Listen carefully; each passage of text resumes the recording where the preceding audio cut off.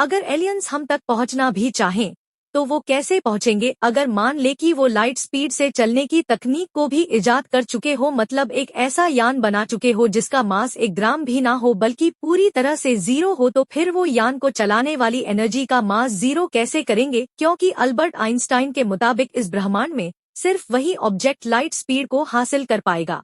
जिसका मास पूरी तरह जीरो हो, मतलब यान में यूज होने वाली एनर्जी तक का मास भी पूरी तरह से जीरो ही होना चाहिए। जबकि एनर्जी और मास तो दोनों एक ही चीज है, मतलब एनर्जी का मास जीरो नहीं किया जा सकता, तो फिर तो किसी भी सभ्यता के लिए लाइट स्पीड हासिल करना महान नामुमकिन होगा, क्योंकि बिना एनर्जी के यान नहीं चलाया जा सकता। और अगर यान चलाने के लिए एनर्जी को साथ रखें तो लाइट स्पीड तक नहीं पहुंच सकते, क्योंकि एनर्जी में तो मास होता है। और अगर कोई सभ्यता एनर्जी का मास जीरो करने की कोशिश करेगी तो एनर्जी एनर्जी ही नहीं रहेंगी, क्योंकि एनर्जी और मास तो दोनों एक ही है। और अगर कोई मास वाली चीज लाइट स्पीड तक पहुंचना चाहेगी तो वह नहीं पहुंच सकती, क्योंकि स्पीड के साथ मास भी बढ़ने लगता है। मतलब अगर किसी ऑब्जेक्ट का मास कुछ ग्राम भी हुआ तो जैसे जैसे वह स्पीड बढ़ाएगा तो स्पीड बढ़ने के साथ साथ मास भी बढ़ने लगेगा। और अगर मास बढ़ते रहने के बाद भी यान को एनर्जी देकर फोर्सफुली आगे चलाते रहे तो एक समय पर मास इन्फिनेट हो जाएगा, जिसको चलाने के लिए इन्फिनेट मतलब अनंत एनर्जी ही चाहिए होगी, जो शायद साथ रखना किसी भी सभ्यता के लिए मुमकिन नहीं होगा। इसीलिए अगर यान का मास ही जीरो हो तो स्पीड बढ़ने के साथ मास बढ़ेगा ही नहीं, क्योंकि यान का मास ही पूरा जीरो था। लेकिन जैसा कि मैंने आपको बताया कि अगर वह यान का मास जीरो कर भी ले तो वो यान में यूज होने वाली एनर्जी का मास जीरो कैसे करेंगे? और ब्रह्मांड के थर्मोडायनेमिक्स लॉ के अनुसार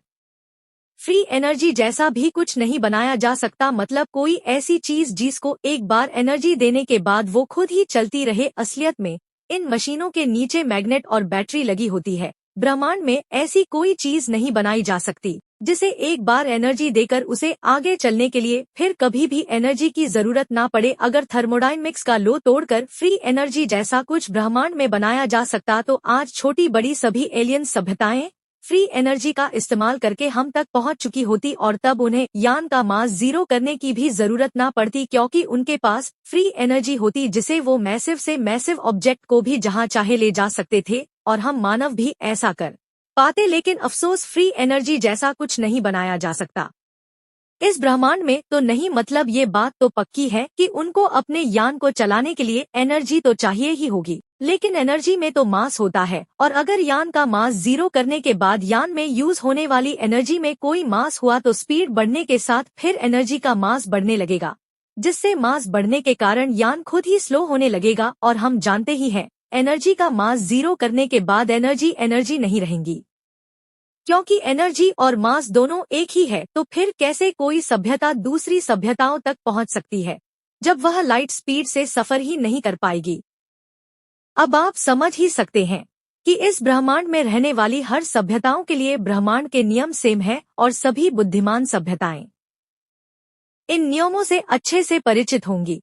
जिससे वो लंबी दूरियां तय करके दूसरी सभ्यताओं तक पहुंच ही नहीं पा रही होंगी। हालांकि ऐसा करना संभव तो नहीं है, लेकिन चलो मान लेते हैं अगर कोई ऐसी एलियन सभ्यता भी हो जो यान के मास के साथ एनर्जी का मास भी सही से जीरो कर ले, जिससे एनर्जी भी एनर्जी ही रहे और वो हर जगह जाने के लिए पर्याप्त एनर्जी भी स्टोर कर सकने में सक्षम हो, तो फिर भी वो लाइट की स्पीड हासिल करने के बाद भी अपनी मंजिल पर कभी नहीं पहुंच सकती, क्योंकि अगर वीडियो में पीछे बताई गई सभी रुकावटों और नियमों को लांघ के वो लाइट स्पीड से चलने में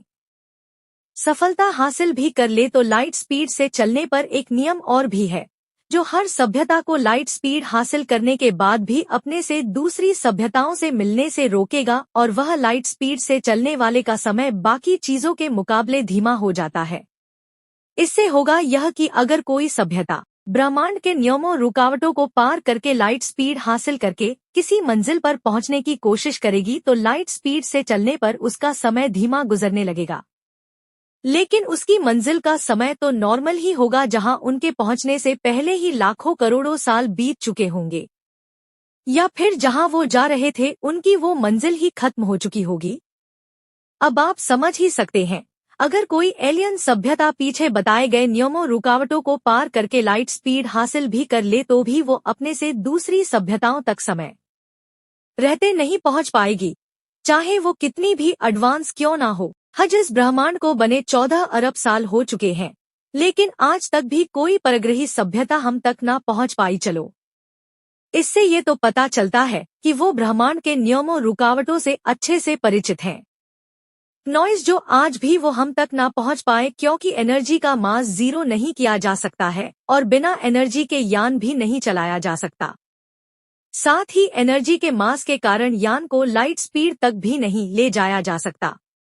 अब समझ तो रहे ही होंगे कि इस ब्रह्मांड में कैसे कैसे नियम काम कर रहे हैं। ना ही फ्री एनर्जी जैसा कुछ बनाया जा सकता है और ना ही बिना एनर्जी के यान चलाया जा सकता है, और अगर एनर्जी साथ रखें तो एनर्जी के मास के कारण लाइट स्पीड तक नहीं पहुंचा जा सकता और बिना लाइट स्पीड के ब्रह्मांड की लंबी दूरियों को पार नहीं किया जा सकता।